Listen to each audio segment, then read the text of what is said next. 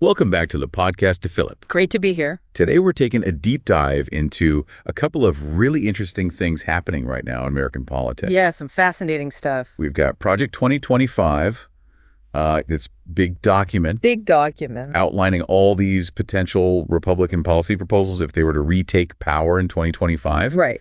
And then we've also got this compilation of 20 potentially controversial actions taken by former President Trump. Oh, wow. Just in the last 3 weeks on Compare les multiples documents du projet 2025 des Républicains et les 20 faits les plus dangereux de Trump des 3 dernières semaines. Wow. So we're going to try to break down what is Project 2025 all about, what's in there. All right. We'll look at some of the things that Trump has been up to. Yeah. And then kind of see if we can connect the dots between the two. Okay, that sounds great. So let's jump right in with Project 2025. Oh, okay. This is really a really extensive document. It is. They go into pretty much every area of government. Wow. But one of the most attention-grabbing sections is all about defense and national security. Okay. They're advocating for a two-war force strategy. So basically being prepared to fight two major wars at the same time. Wow. They want to substantially increase the Air Force budget. Really? They're calling for a comprehensive modernization of the nuclear triad. That's pretty significant. It is. It really does seem like Yeah. the Republican Party here is really gearing up for a world Right. where they see multiple threats out there, particularly from countries like China and Russia. Yeah, with their expanding nuclear capabilities. Exactly. And, they also mentioned North Korea and Iran in this document.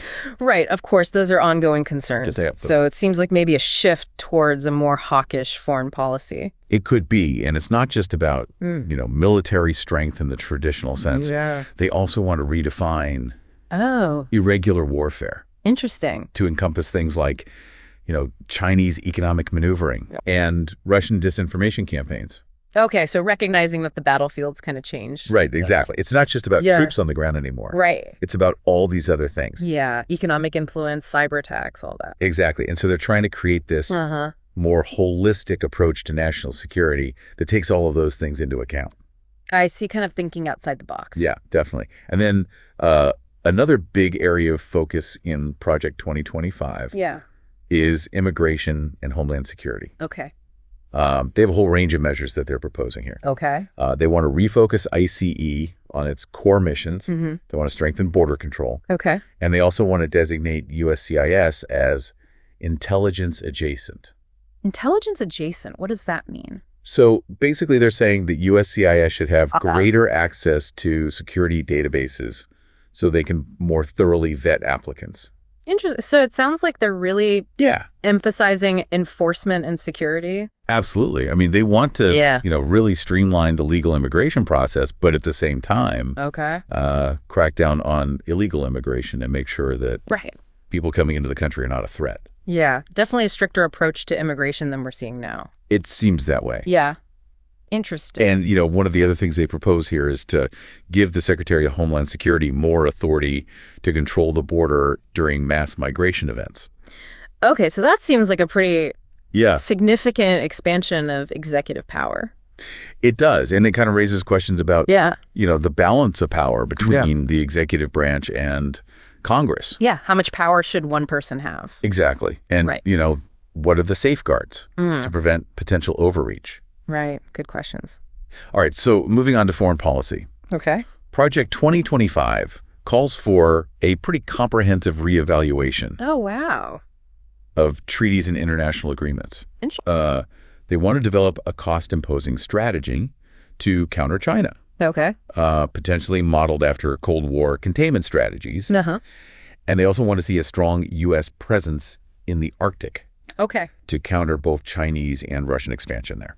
So basically taking a much more Yeah. assertive approach to foreign policy. Absolutely. They're saying, America first, we need to protect our interests Right. above all else. And they're Yeah. kind of skeptical of multilateralism and international cooperation. Okay. So maybe a little bit more Yeah. confrontational on the world stage. Potentially, yeah. Okay. And then moving into the world of intelligence and cybersecurity. Right. Project 2025 has a lot to say here. Okay. They want to empower the Director of National Intelligence, give them more authority over the intelligence community. They want to streamline security clearances to try to attract qualified personnel more quickly. Makes sense. They also want to reform FISA. FISA. That's been a controversial one. It definitely has. Yeah. And they're also calling for some changes to the U.S. Agency for Global Media. Okay. Addressing things like allegations of bias and violations of domestic broadcasting rules. Wow. So it seems like a pretty big focus on improving efficiency within the intelligence community. Absolutely. They're really concerned about bureaucratic obstacles, delays in hiring, potential for partisan abuse of intelligence gathering. Okay. And so they're saying we need to streamline all of this. Got it. So trying to fix what they see as weaknesses in the system. Exactly. And then they also want to see more collaboration between the intelligence community and the Department of Defense when it comes to space. Interesting. So space is becoming a bigger part of this whole thing. Absolutely. Yeah. I mean, they're really concerned about China and Russia's advancements in space. Right. And so they're saying we need to step up our game in that area as well. Yeah. It's a whole new frontier. Exactly. So a lot going on there with intelligence and cyber. Yeah. It's a whole lot to unpack. It is. And then we get to the really expensive domestic policy proposals.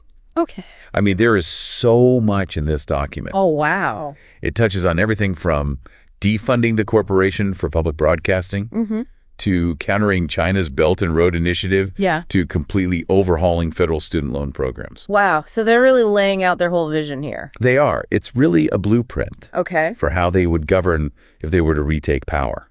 All right. Well, let's break it down. Okay. Let's start with one that caught my eye. All right. The proposal to defund the Corporation for Public Broadcasting. Okay. CPB. Yeah. They argue that it's inherently biased. Interesting. It pushes a leftist agenda. And therefore it should not receive taxpayer funding. Okay, so this is about more than just the money. It's about ideology, too. It is. It's about, their broader critique of media bias and, also this desire to reduce government spending. Okay. Potentially privatize certain services. Right. Shrink the government. Exactly. Okay.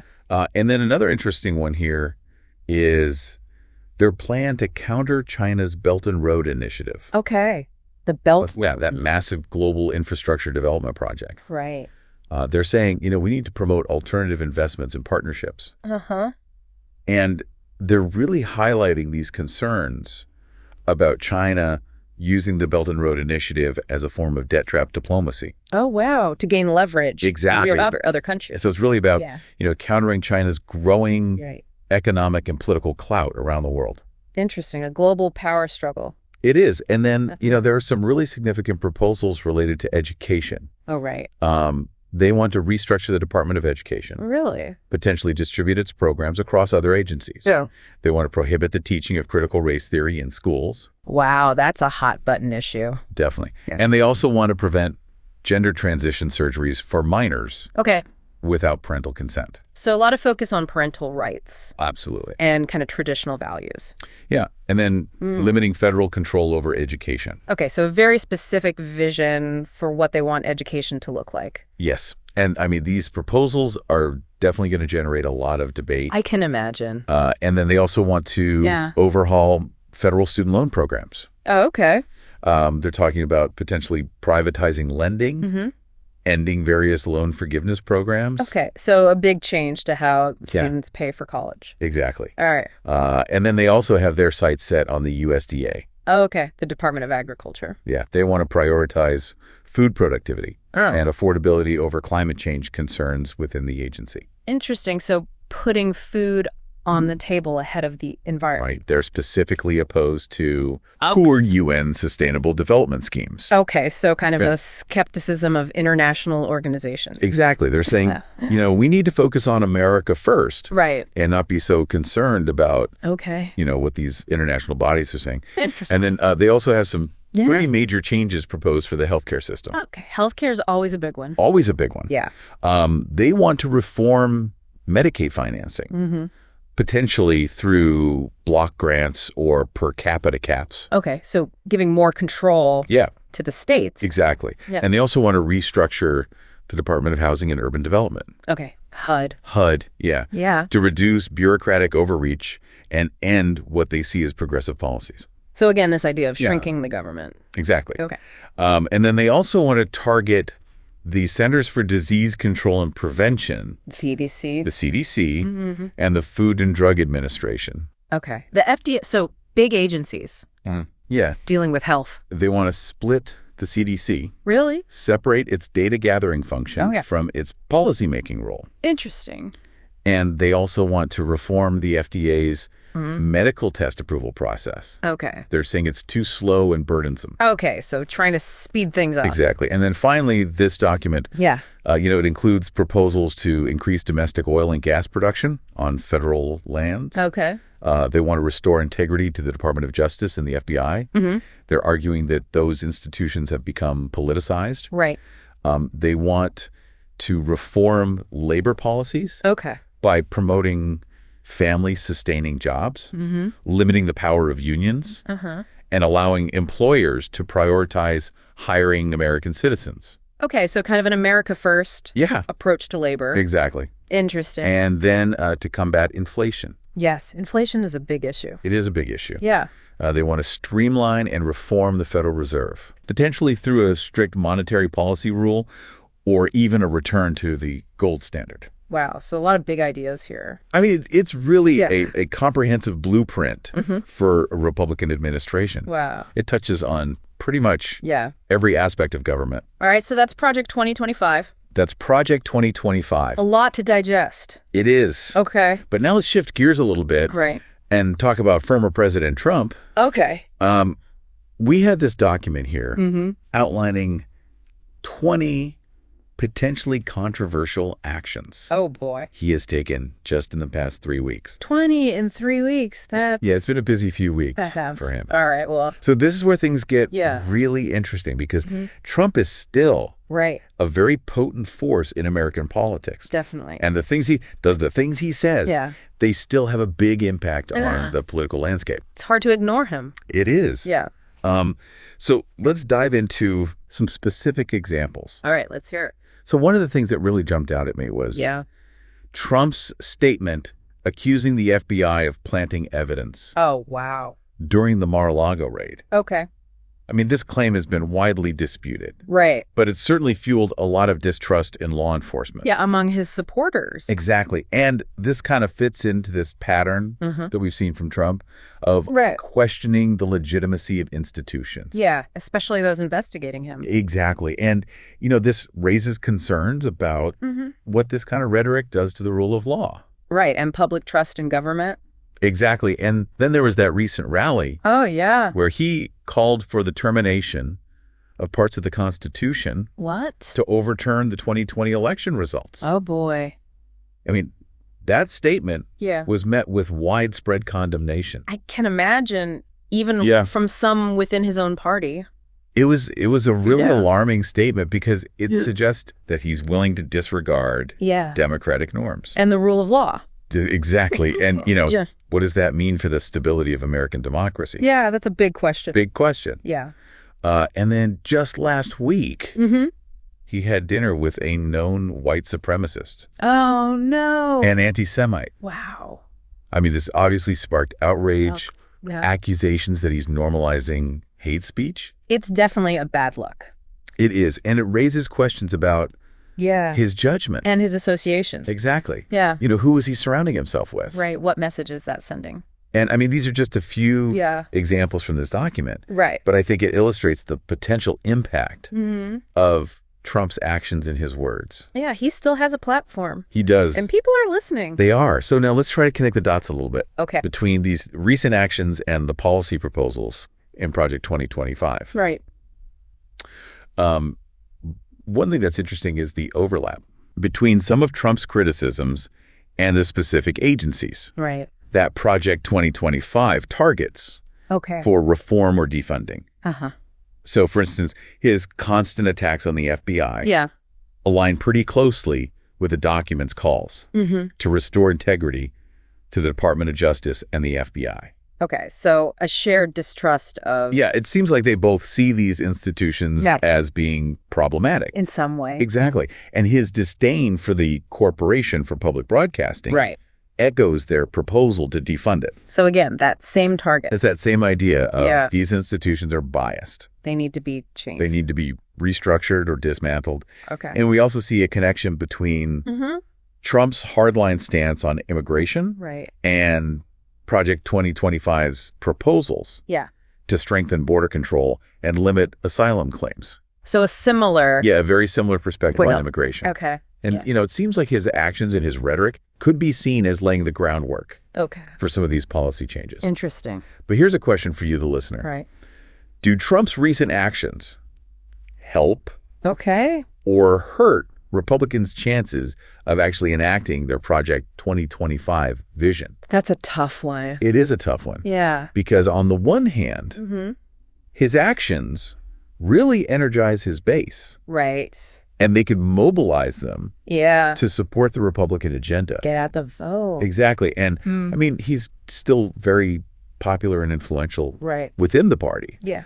So that could translate into electoral success. Right. And the ability to actually implement these policies. Exactly. They could put Project 2025 into action. Okay. But on the other hand, his controversial behavior and statements could alienate moderate voters. Yeah. And make it harder for Republicans to win broader support. Yeah. Those swing voters are crucial. They are. And, his divisive rhetoric could create a backlash among voters who are concerned about extremism. Right. And democratic norms and, direction of the country. The direction of the country, exactly. Yeah. So it's this delicate balancing act. It is a tightrope. For the Republican Party. Yeah. How do they harness Trump's appeal without being dragged down? By the more extreme stuff. By the more extreme positions and actions. It's a tough spot to be in. It is. And it's a dynamic that's going to continue to shape American politics. Yeah, for a while. For the foreseeable future. It's the Trump factor. It is. And understanding this relationship between Trump and the Republican Party is crucial. Absolutely. For understanding where the country's headed. Yeah. It's a big piece of the puzzle. It is. Yeah. One area where we see this really clearly is energy policy. Okay. Trump has always been a big proponent of increasing domestic oil and gas production. Drill, baby, drill. Right. And he's often criticized environmental regulations as, hindering energy independence. Got to get those regulations out of the way. Exactly. And that aligns almost perfectly with Project 2025's goals. Right. Of boosting energy production and, rolling back some of those environmental protections. So it's this classic debate between energy production and environmental protection. And I think it really highlights this ongoing debate in the U.S. over energy policy. Right. On the one hand, we have this growing momentum behind renewable energy. Right. Solar, wind, all that. Exactly. Yeah. But fossil fuels are still a big part of the mix. They are.